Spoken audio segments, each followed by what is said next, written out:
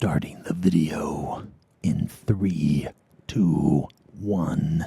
In the grim darkness of the 41st millennium exists the Empire of Man, a backwards carcass of an empire comprised of many devoted forces, gigantic robot knights, religious machine cultists, and incredibly heavily armored women, most I'm interested. Actually, Sisters of Battle's one of my favorite factions. likely with sweltering abs, and one must know what those abs taste like. Good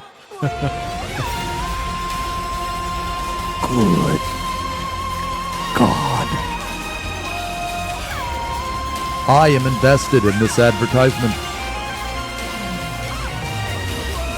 My Gamer Sups flavor is here. Sweet six-pack has arrived. A delicious... Wait, he has his own... Dude, so if I get a Gamer Sup, I could have, like, my own flavor. I could get man mode. Only haired people get them. Shut the up, dude. Who even words it like that? Only haired people? That's, like, not even a way to describe a person with hair. And a refreshing cherry pineapple blend. Ooh, cherry pie. Oh, I'm a big fan of cherry, actually. I really like cherries. Play the sound. Yes, my Bricky's official Gamer Subs flavor is here. Sweet six-pack. Hey, look at this background, man. Dude, Bricky's got good taste, man. Not only in regular energy mode, but also in caffeine free. The cherry pineapple flavor is not the kind of flavor that just smacks you in the face. It is light, it is refreshing, and it's one of those things where you sip it and you go, not bad. And next thing you know, you are having your 4th refill the same day. And it is available now. Link in the description. Use code Bricky for 10% off your entire order. Not just for this, but for everything you buy. And I'm not dumb. If you buy any of these tubs, regular, caffeine-free of my sweet six-pack flavor, you will get a Muscle Girl 32-ounce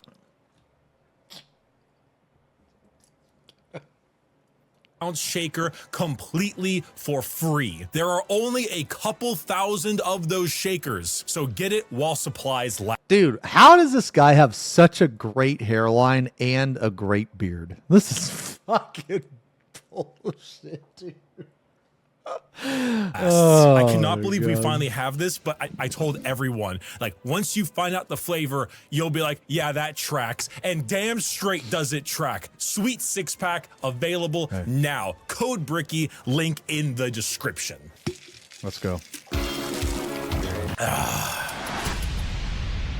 I think that if I was sponsored by Gamer Sups and I got to make my own flavor, my flavor would be black cherry. My flavor would be so powerful, it would be like when you took a sip, right? So you'd be like this. It would just knock you the fuck out. You would literally black out and you would wake up bald with a beard. That's what mine would be. So like, basically, if you were to ever buy my supplement, it's a commitment. The age of knowledge and enlightenment has ended. The age of darkness has begun. Okay. Dude, is that that's Vermintide music? Roughly 60 million years ago, there existed aliens. And these aliens lived short, painful lives. They belonged to radiation-stricken worlds and often died of various cancers before the age of 30. These aliens, the Necron tier, looked up to the stars. Oh, are these actually the Necrons? This might be a stupid question. When people say Necrons, are they just abbreviating Necron tier? Or is this actually what they were called before they were called Necrons? And found extreme... Dude, you know what, man? I'm going to take a second just to complain a little bit. One little comment that people like to leave. you know, on these YouTube videos, right, is people will comment, why does he ask chat the question that's about to be answered on the video? You know why? Because chat interaction. Because if I don't ask, then it's not transformative, you idiot. If I don't fucking ask, people are like, oh God, he's not interacting with the chat. Well, he's not interacting. What is he doing? I don't know what he's doing. It's because I can't win either way. If I ask a question, then why am I asking the question? If I don't ask the question, why isn't he asking any questions? That's why, man. Necrons and often died of various cancers before the age of 30. These aliens, the Necron tier, looked up to the stars and found extreme beings of real power. Beings with the ability to create life. The old ones of the galaxy. They Okay, I've heard about the old ones, but very vaguely. asked these old ones for help. Please cure us of our ailments. To which the old ones said, piss off. So the Necron tier gathered together and did the sensible thing. So the old ones are assholes? They declared war upon these old beings and were promptly beaten into the dirt back to their short, painful lives. In the world of Warhammer, Holy fuck, dude. Okay. All right. So they just... Okay. there is a hell. This hell is not like you and I know it. It's more of an afterlife, a place where dead souls end up. This place has many names: the Empyrean, the Sea of Souls, the Immaterium, and the Ether. But mostly, we just call it the Warp. Okay, while you and I know of I was thinking about it. I was like, is that the warp? I was thinking about that, yeah. hell as a place of horrors and punishment, the Warp isn't really that. Not in the beginning. It's energy. But the kind of energy formed from thought and soul, psychic energy, where the dead souls of people end up in a place that is impossible to understand. No laws of reality exist. Like, time is merely a suggestion, and it is not something that... Oh, is that why the Chaos Gods, they don't really... I don't want to say they have no concept of time, but they don't really think about time. The Chaos Gods, when they come into our realm, they don't actually look like what they look like. But what they look like is just our brains trying to comprehend the incomprehensible. You know what I'm saying? Is that right? Okay, yeah, that's okay, yeah. that can be braved easily. The Warp would be like sailing the ocean in a pirate movie. To jump from your ship would be certain death. To stay in the sea for too long on your boat could drive a man mad. And there are many dangerous things lurking in those depths. Yet, the sea is not evil. It simply is. Mostly. There are more malevolent beings in those waters, areas that you do not sail towards. This would be known as the realm of chaos. The realm... It's kind of like the same principle, right? Let's say you have like an animal trainer and the animal attacks the trainer. The animal isn't evil. It's just doing what it's supposed to do. It's kind of like along the same concept of that, right? The realm of chaos exists in the Warp as a special area led by 3 chaos gods. Khorne, the god of combat. Wait, hold on. So he's going to say Khorne. He's going to say Nurgle, which is like the god of death and life and that type of shit. And then there's Tzeentch, which is the god of like change and like enigma and stuff. And then those are the 3. And this was before Slaanesh was made by the Eldar, I think. Okay. Murder and slaughter, with a pile of skulls taken in his name. Tzeentch, god of change, mystery, and deceit. A confusing paradox of lies, schemes, and sorceries. And Nurgle, god of rot, pestilence, and Genshin impact. All things rot in the end. God. Genshin Impact?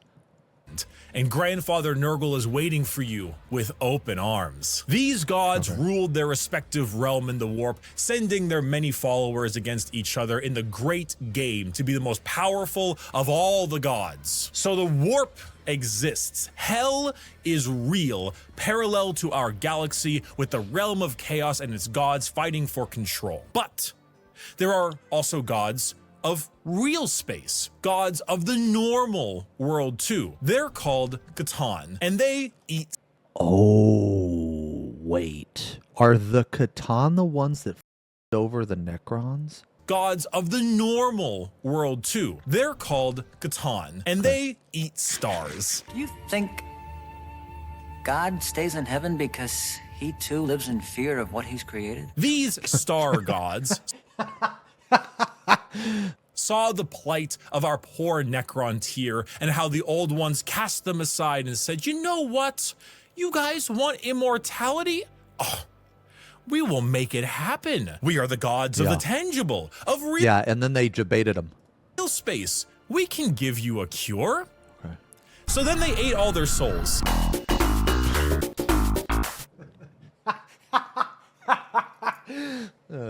Yeah, okay, that's what I thought happened. And so then they ate all their souls and turned them into robotic automaton, feasting on their souls and leaving a hollow shell of an intelligence left. That is Dude, Necrons are so badass, man. technically soul, and turned them into robotic automaton, feasting on their soul. All right, who did it? Who did it? Who ruined it for everybody? All right, Endeavor, shout out to Endeavor because channel points are now off. Shout out to Endeavor. Let's go, dude. The channel points are off, bro. And leaving a hollow shell of an intelligence left that is technically immortal. With the power of an entire species' souls, they turned their new robotic slaves on the old ones and hunted them to extinction. The Necron tier. Yeah. Okay. Why does the Catan hate the old ones? Oh, battle for power. Oh, okay. Now the soulless, undying Necrons got their wish at the price of their souls. But we can count the number of kind gods on an amputated hand. With time, the selfish star gods turned on each other, fighting one another for more chances at glory and power. With this, the leader of the Necrons, Zerich, the Silent King, the man who... Ooh, hold on. Wait a minute. Does he have a model? Oh, he does. Oh, wow. Holy shit. That's the whole model, bro. The ultimate Necron character. Ideal for painters and gamers alike. Enhance your army and obliterate enemies. Dude, this is awesome. doomed his species when he accepted this deal, waited, planned, bide his time until he seized the perfect moment and turned his legions of undead citizens against the star gods. Gods cannot be killed, but they can be broken. So Zerich broke the star gods into thousands of pieces and locked them away in vaults, taking their free will away as they did to them, and sealed them away as basically Pokemon to be used as weapons in the future. Is that what this guy is? Right here? This guy up top? Is this a star god? Basically Pokemon to be used as weapons in the future. Who's that Pokemon? It's Pikachu! What? Dude, that was, yo, who is that Pokemon? It's, Clefairy. Yeah, there we go. It's the Void Dragon. Zerich then, with his perfect memory, exiled himself for his sins, flying out to the darkness between galaxies to atone for what he had done. This entire— Oh my fucking god. Sputnik, the $200 donation for— oh my, wait, hold on, wait a minute. Do you want me to buy this, dude, and paint it? Yo, thanks a lot, man. Holy shit. I'll buy it. No, I'll buy it. I'll add it to the cart. I'm adding this guy to the cart. Hired to them, with his perfect memory, exiled himself for his sins, flying out to the darkness between galaxies to atone for what he had done. This entire situation, the genocide of the Old Ones and the rebellion of Zerich, will go down in history as the War in Heaven. It is the most brutal war the galaxy has ever seen and ever will see. This was a conflict that took an entire galaxy-spanning species and pitted them against gods that ate stars. The The Necrons, rather crippled from, you know, the war in heaven, decide to go to sleep in gigantic tomb worlds on various planets until the upstart species of the galaxy died out. And so turns out when you have a war that lasts tens, hundreds of thousands of years and involves the genociding of multiple species, the old ones of the galaxy, and the consumption of souls from an entire race, the warp gets a little wacky. You know, if you had a kiddie pool and it was nice and calm, Korn is over there splashing about, so you don't really go in that direction. Nurgle has explosive diarrhea, so you don't really go in that direction either, but you can still kind of get in the pool. The pool's still fine. Turns out when you add a couple trillion souls to that kiddie pool, it'll make the waves, Bro, this is not a good example for what just happened. a little more turbulent. And turns out a lot of them like to pick a side, Nurgle, Tzeentch, or Khorne. So the once calmer warp, the once relaxing kiddie pool, has now been bloated. A million years of war will certainly make Khorne, god of murder and slaughter, more powerful. A million years of war will probably make Tzeentch, god of deception and change, a little more powerful. And good God, a million years of war will make Nurgle, god of decay, oh, just the tiniest bit more powerful. Now, entering that kiddie pool is no longer fun, it's dangerous. The warp is now a problem. Hell is resembling hell a lot closer to what we imagined it originally. The Sea of Souls and the Realm of Chaos are now intertwined. So who else to brave the galaxy than a species that won't need to deal with that? Eldar. Oh. Yeah, Eldar. Okay. The Eldar are space elves. They have a lot of the traits that you probably think of when you think of elves. Tall, slender, pointy ears, bit more androgynous looking, no matter what DeviantArt will tell you, and a bit stronger on the emotional side. The old ones, as I mentioned, could create life. And when they were getting, you know, absolutely bodied by the Catan and the Necrons, they made some new races to try to help them. One of them was the Eldar. It didn't save them, but they're here now anyway. Oh, and also the orcs, but they're busy right now.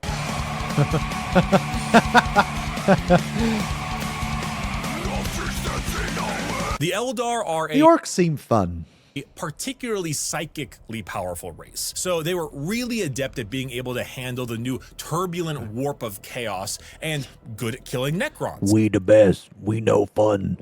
Hence why they went to sleep. Being psychically gifted is basically like being a wizard, but you get your wizard powers from hell. This is called being a psyker. And basically, if you want to do cool wizard shit like lightning from your hands or reading someone's mind, you can do that, but you siphon the energy to do that from the warp. Luckily, the Eldar are very good at handling this without too many negative effects because, you know, summoning power from the Sea of Souls with the new Chaos friends can be a bit of an issue. But Eldar are pretty good at it. And you see, what's really cool and also awful about Warhammer is that most developed species travel long, faster than light distances by going through that warp. They create a tear in reality to unreality and move through it. Faster than light travel?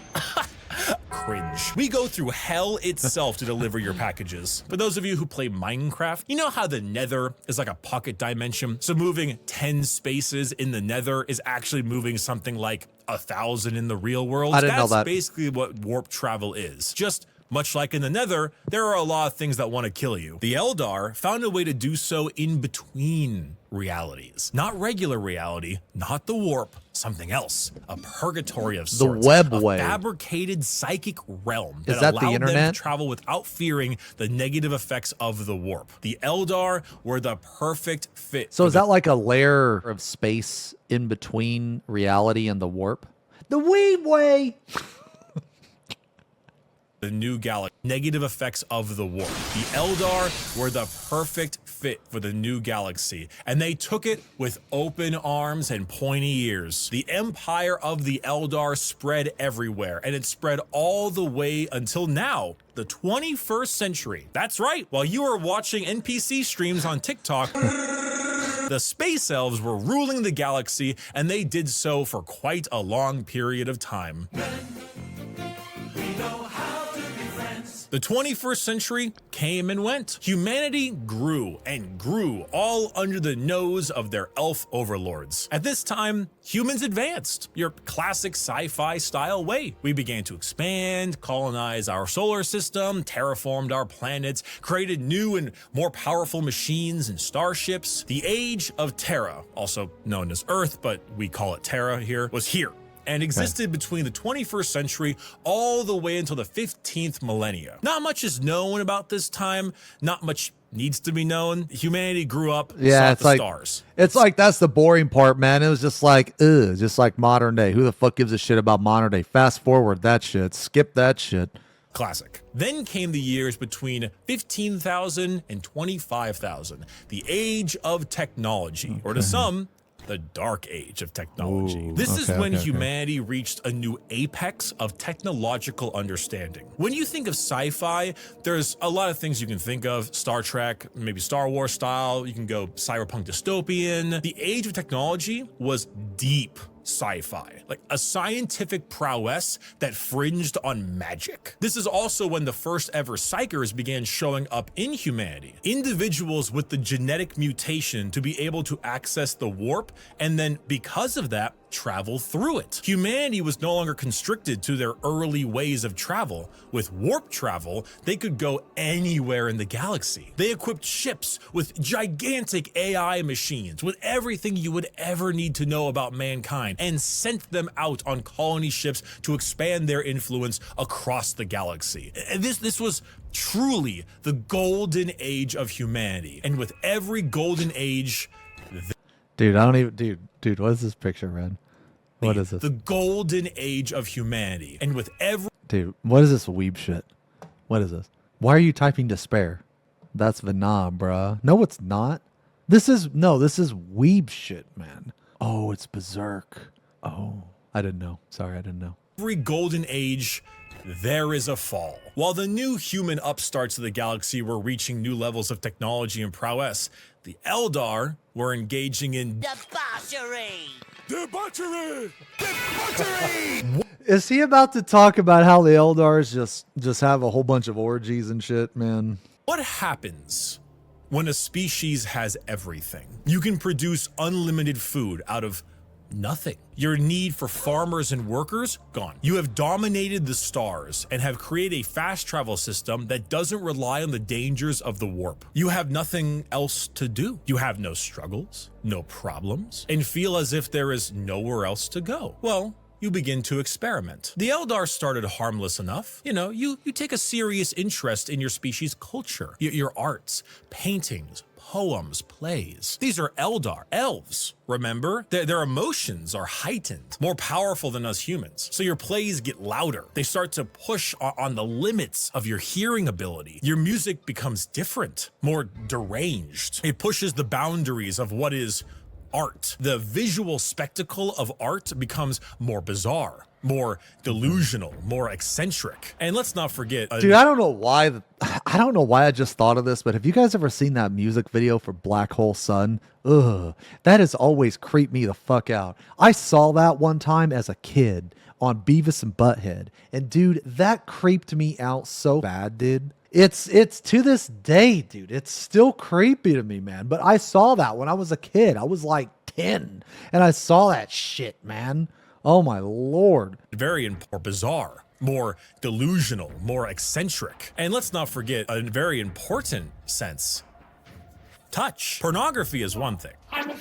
Brothels is another. What if they all mixed? What if your brothels were part of your art and music? And what if those became more deranged? The boundaries of debauchery were not just met, but shattered. Next thing you know, murder is commonplace and often mixed with the art, music, and sex. Pain is a common byproduct of entertainment. Whatever sensation you can have must be increased, must be enhanced, must be taken to the Okay, limits. The okay. Eldar Empire slipped into a nightmarish realm of debauchery and excess, with the worst of it taking place in a city in the Webway, a black market for these kinds of heinous acts known as Kamara. Some Eldar saw the writing on the wall, saw what was happening to their dipped. species Yeah, they and dipped. how far they had slipped. So they boarded continent-sized Wait a minute, hold on. So that's why there's Dark Eldar, I'm pretty sure, right? continent-sized starships called craft worlds and left their empire, seeking a more enlightened, calmer existence among their peers. Some, those in Kamara,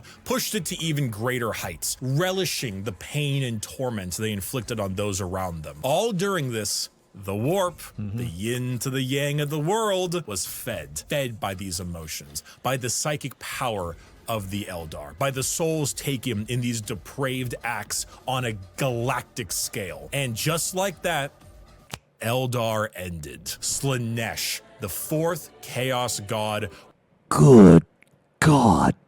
That's a booby. was birthed into existence and consumed the souls of 90% of the Eldar population. Those that fled were spared the worst of it, and those in the Webway and Kamara were able to stave off the pull of Slaanesh so long as they continued to commit horrid acts of torture and violence. But for the majority of the Eldar, their empire died with Slaanesh's birth. The new fourth chaos god, she Good God.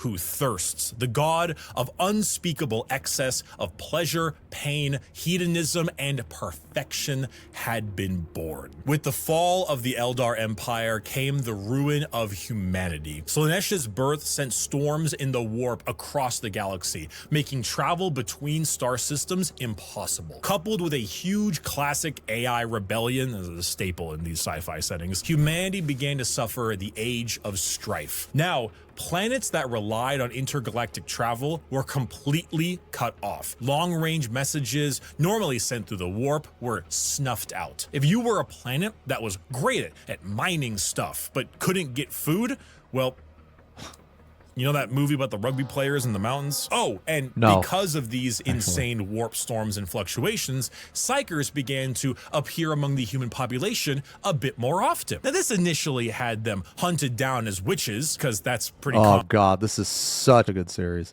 in this setting, but some deemed it right to protect them. Unfortunately for those people, psychers, because they open a gateway to the warp, don't really know how to use their powers well, and they kind of attract demons, who then force their way through the psyker as a conduit of sorts and begin to slaughter the population of your planet. The Age of Strife was a catastrophic period of time for humanity and set back their progress tenfold over the not one, not two, but 5,000 year period. During this time, the age of humanity that we know began to form. Worlds equipped with large mechs for agriculture began to equip them with weapons to defend from alien and demonic invaders. Over 5,000 years, this became a custom. Holy fuck, dude. That's what it's like here in America, dude. You go out for a drive or for a walk at night, dude, and you're like strapped with a shotgun, man. How the crops doing today? You know, sorry, I had to kill that demon.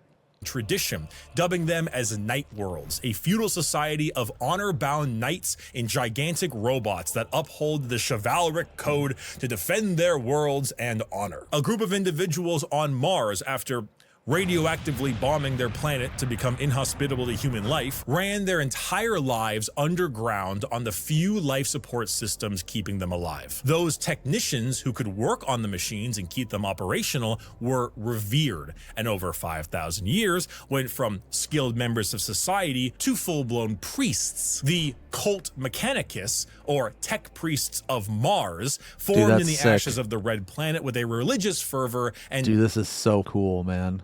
doctrine on the cult of the machine god. And on Earth, or Terra, techno-barbarian tribes waged war across the planet in a Mad Max style of blood and gore, until finally, a mysterious Oh, man shit. who lived in the shadows of Terra for millennia finally revealed himself to the populace. His name was the Emperor. He deemed himself the Bro, his name was the Emperor. He didn't even have he didn't even have like a name like Joe or Chuck or Bob or Dick. He didn't have anything like that. It was literally the Emperor. So on his driver's license, it says the Emperor. Emperor of mankind. Where did he come from? I don't know. Why is he 10 feet tall and the most powerful psyker of all of mankind? I don't know. Why is he basically immortal? I don't know. Where'd Cotton Eye Joe go? Who knows? But he's here, and he isn't happy with all of you ripping up Terra. So he began the Unification Wars, where he and a very early version of the famous Space Marines, the Thunder Warriors, reunited Terra under a single banner. With blood. Then, after taking over Earth, he reunited the Thunder Warriors into the fucking dirt. This is where we get the Imperium of Man, also known as What the fuck? the Imperium. The new faction headed by the Emperor of Mankind with a treaty signed with the Cult Mechanicus on Mars to spread out and reunite humanity after the catastrophic Age of Strife. But first, the Emperor is going to need some smaller versions of himself. 20 of them. 8. Oh, I see. So this is where, so this is where they came with the Primarchs and like the gene seeds and shit, right? Wait, Thunder Warriors were stronger than Astartes? Oh, wow. He had to kill them because he couldn't control them. So every Thunder Warrior is dead. 15 of them, I meant. Gene-crafted sons of the strongest human to ever live. All of them possess unparalleled strategic power, intelligence, formidable strength and size. A real powerful force to unite humanity and stop the chaos of the current galaxy. Speaking of chaos, you ever seen that image of that guy? It's like throwing the baby like a basketball. It's about what? I've never seen this image, bro. Never in my life. Chaos. You ever seen that image of that guy? It's like throwing the baby like a basketball. It's about what happened. The Chaos Gods intervened and grabbed the 18 Primarch gestation pods and yeeted them across the galaxy at a whim, everywhere they could Wait, the Chaos Gods did this? possibly go. A galactic game of keep away. So the Emperor had to get them back. So begins the Great Crusade. A crusade across the stars to reunite not just humanity, but the Emperor with his fallen sons. The first to be found was Horus. One of the strongest and most noble sons. The Emperor carried with him a legion of newly crafted warriors. Oh, that's why 2 are still lost. Oh, right. Yeah. Okay.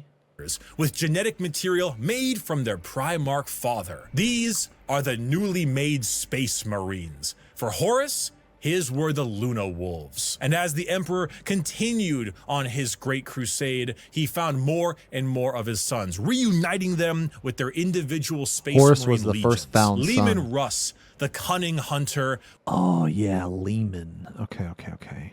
With the Space Wolves. Rogel Dorm, the Phalanx with the Imperial Fists. Angron, the Barbarian. Dude, this guy's fucking crazy.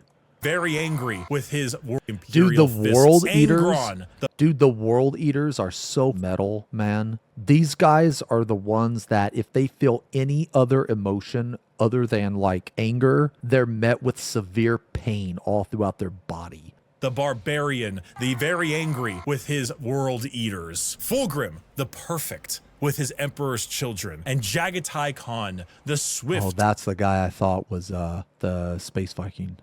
The Stoic and his White Scars. Those were just some of the 18, and one by one his lost Primarch sons were returned to him, and their Space Marine Vulcan, legions that's my returned to them.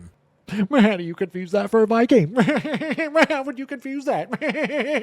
The Great Crusade. It wasn't exactly the best fucking picture. Humanity once again reconquer the stars, returning worlds of humanity back to the Imperium and killing any and all who stood against their noble crusade. But in the years of the 31st millennia, treachery would break this all apart. Men, Okay.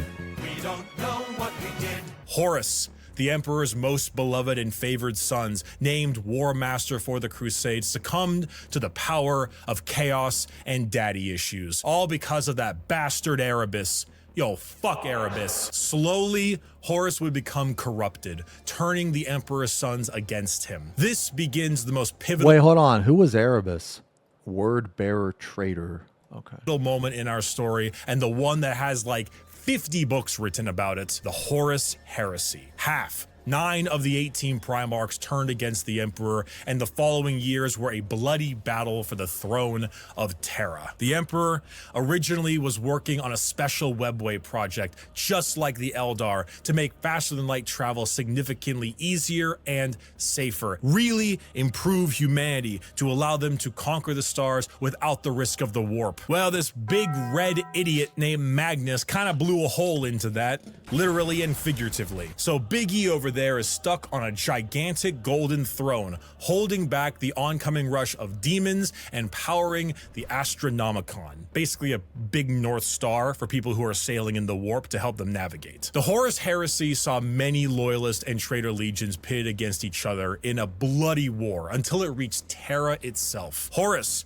unable to break through the lines and with time running out, made a gambit and opened his ship up to be boarded. The Emperor took this challenge, quickly allowing someone else to take control of the throne as he teleported his way onto Horus's flagship, the Vengeful Spirit. The Emperor, unable to truly kill his most beloved son, changed his mind right quick when Horus strangled the life out of his other son, Sanguinius. Oh no! I'm sure you've seen this image at some point. The Emperor then said, Oh, man. "Yes." Oh no! I'm sure you've Dude, Horus is a badass. He just looks so fucking cool. Why is he so much bigger than Sanguinius? seen this image at some point. The Emperor then said, "I'm not gonna sugarcoat it," and proceeded to psychically blast Horus into complete oblivion, killing not only his body, but also his soul. Holy shit. Horribly wounded from this duel, the Emperor is returned to the Golden Throne in order to keep the demons at bay and power the Astronomicon, because without it, humanity would be flying blind. There he sits, slowly dying from his wounds and the strain of powering the Golden Throne. The only thing keeping him alive is feeding upon the souls of 1,000 Psykers every single day. This was 10,000 years ago. We are now in the 41st millennium, modern day. Warhammer 40,000. The Emperor remains on his throne. The Imperium is a rotting carcass of an empire, a fascist, xenophobic cult that worships the Emperor as a deity despite him never wanting to be seen as a god. Over the span of 1 million worlds, the ecclesiarchy, the church of the Emperor, is spread throughout. Inquisitors with unparalleled power root out any sign of heresy or lack of devotion to their god Emperor. The other half of the traitor legions move about as Chaos Space Marines, raiding and pillaging the Imperium, while the loyalist half does their best to keep the Empire alive. All throughout this, they must endure Orc invasions, Eldar trickery, the reawakening of the Necron race, and the Great Devourer, the newest tyrannid threat from the darkness between galaxies that has arrived to feast on their worlds. Oh, okay. The Tyranids actually came from another like, we don't actually know where they came from. The theme of Warhammer 40,000 is regression and intolerance. Every major faction in Warhammer has had an empire that spanned the galaxy only to be crushed back to a hollow shell of what they once were due to their own failings. Culture, the arts, personal freedom, religious tolerance, the simple possibility that alien life might not want to kill us is considered heretical and is often met with a pistol to the head. There is no time for these things. Yeah. All there is time for is worship of the God Emperor and a million wars to be fought. To be a human in the 41st millennia is 99% of the time to live a horrible existence, to be one of trillions of other humans across a million worlds throughout the galaxy. A galaxy where AI is outlawed, so humans are repurposed and lobotomized to become slaves. A place where lack of devotion is met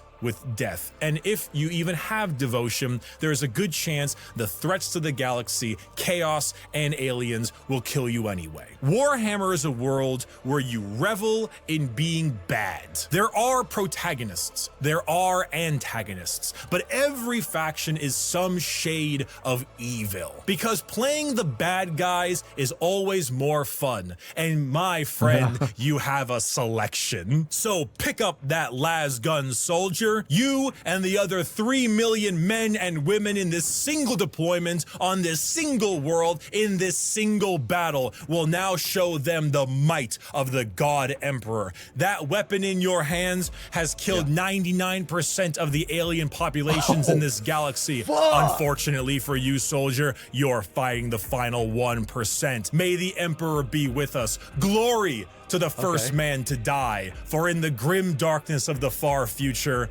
there is only war.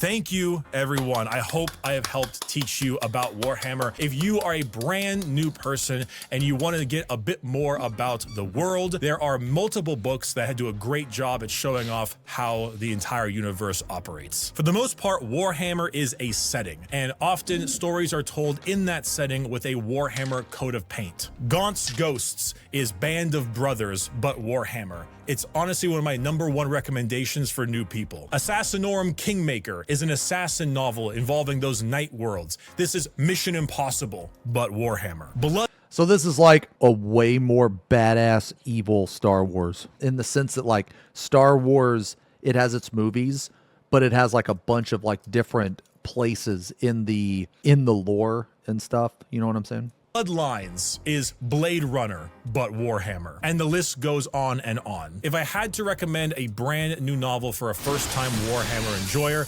these are the 4 I would recommend. Horus Rising, Caiaphas Cain, First and Only Gaunt's Ghost, and Infinite and the Divine. They are all fantastic novels, and they will get you acquainted with the world without needing to know too much. Thank you all so much for watching this video. Get yourself a Gamer Subs flavor. Enjoy the new Sweet 6-pack. And if you're this was curious, a badass you video. Want, you know, Dude, just a I little love lore, Bricky's you videos, can man. find him in the description as well on my merchandise store, orchid8.com. Thank you for watching, and may the God Emperor be with us. Come on. Obviously, you're a skater. Yeah, this was awesome. This was a really, really, really fucking good video, man.